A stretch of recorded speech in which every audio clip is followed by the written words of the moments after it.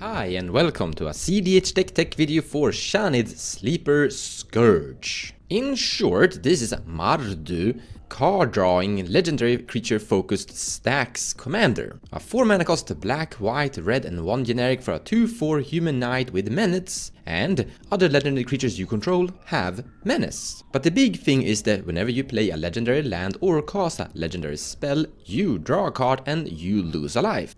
This naturally moves us towards a very low CMC where we just wanna cast really cheap legendary things. Like Ragavan is amazing here. Also, giving menace to Ragavan makes it gonna be easier to actually attack and connect and get that treasure trigger. Now we could in theory make a form of storm build like Mox Amber and Mox Opal are card draw spells here, like 0 mana, lose a life, draw a card and gain a mana. That's amazing. The core principle of making storm is that your cards need to do mana and card draw at the same time, so that's a possibility. In theory, in practice it's not gonna be that easy. And I wouldn't recommend it because there aren't that many Mox Amber and Mox Opals, so skip that idea completely. Instead, it's better to go for a mid-range approach with stacked legendary creatures, or value creatures, so to say. But remember, if you're playing something like mid-range, you're usually slower to the ground, like there are gonna be turbo decks that are gonna try to win faster than you, so you need to slow them down somehow. So it just becomes a perfect synergy playing stacks creatures that give you card draw and value throughout the game with your commander.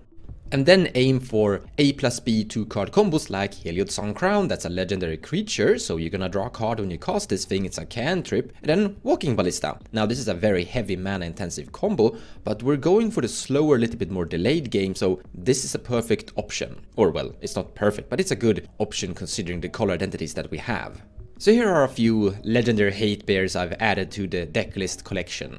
Or well, not all of them are actually hate bears, like Magda and Lurus are more value engines.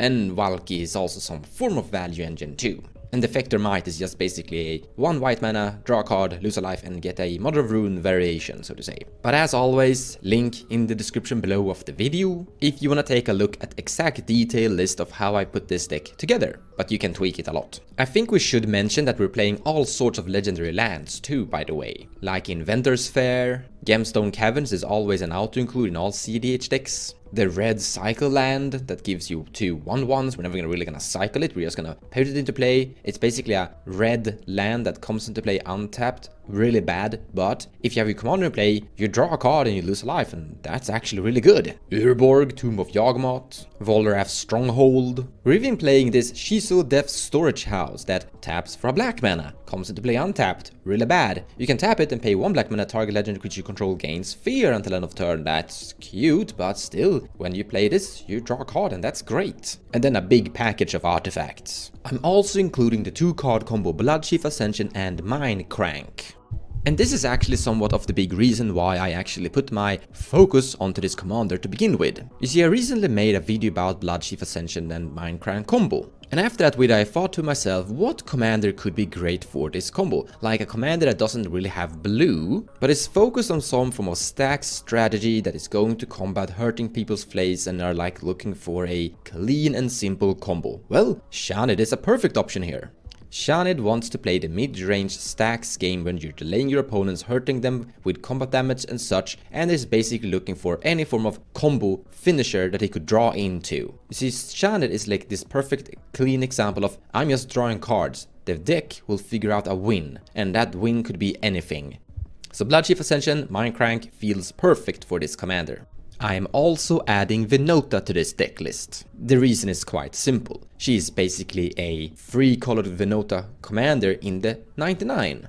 Like, this deck will play the Venota game plan really well. If you naturally draw into Venota, you could focus on casting Venota instead of Shanid. Or eventually get just both into play. But there's a great mixture of humans and non-humans inside this deck list, and there's a quite large creature count too. So her hits will be pretty good. After that, we're just playing a huge collection of general good stuff.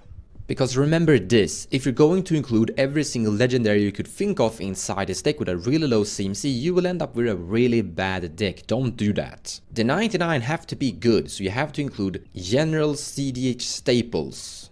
Cards that will be awesome for you. So you have a solid game plan even if you don't have your commander in play. So you need a mixture of like value engines and stax cards, preferably really low CMC value engines like Grenzo Havoc Racer here for only 2 red that sometimes give you card draw here and there. But don't go too heavy on creature count either. Well, you could, but you're gonna need some of those really good black tutors and other red cool spells, as well as some proper control magic. Now I am also including Tainted Pact, a form of tutor, normally a wing con with Fastest Oracle, but in this deck where it's only going to be a tutor. You see, we're playing A+B combos like Sun Crowned and Walking Ballista. So if you have one of the two and you have the mana to win the game this turn, then it doesn't really matter how many cards you exile. Let's say the other card is in the bottom of the library and you exile your entire deck, but you still get the cool card, you will win this turn. So Tainted Pact removing your library isn't a problem. It is really underestimated just how good this card is as a tutor in general. Or well, you have to think about it how you're utilizing it, but it usually performs really well. Another card I really want to highlight is Fire Covenant. So we're playing a really creature heavy orientated deck, like board wipes isn't really an option, but this is a, well, Cyclonic Rift kind of version of board wipe. You're board wiping your opponent's creatures for a really low amount of mana in instant speed. Well, you have to pay life, but that's usually worth it. Highly recommend this card. Another weirdo card might be Conqueror's Flail for this deck, but if you equip this to your commander it becomes a 5/7. But that's not the big part. The big part is, as long as Conqueror's Flail is attached to a creature, your opponents can't cast spells during your turn, so it's like a Grand Abolisher effect. Now in general Grand Abolisher is a little bit better, but this will also help you with your beatdown plan a tiny bit, like making your commander hit pretty hard, or any one of your other creatures hit pretty good too. But silence effects that is making it impossible for your opponents to interact during your turn are really great. I highly recommend those kinds of cards. I mean, we're on white, we should have that. I want to emphasize that you can build this commander in a lot of different variations of ways. It is a really open commander with 3 color identities, that's good. The CMC cost is a little bit high, 4 is quite a lot. But I don't find it that problematic to get this commander into play.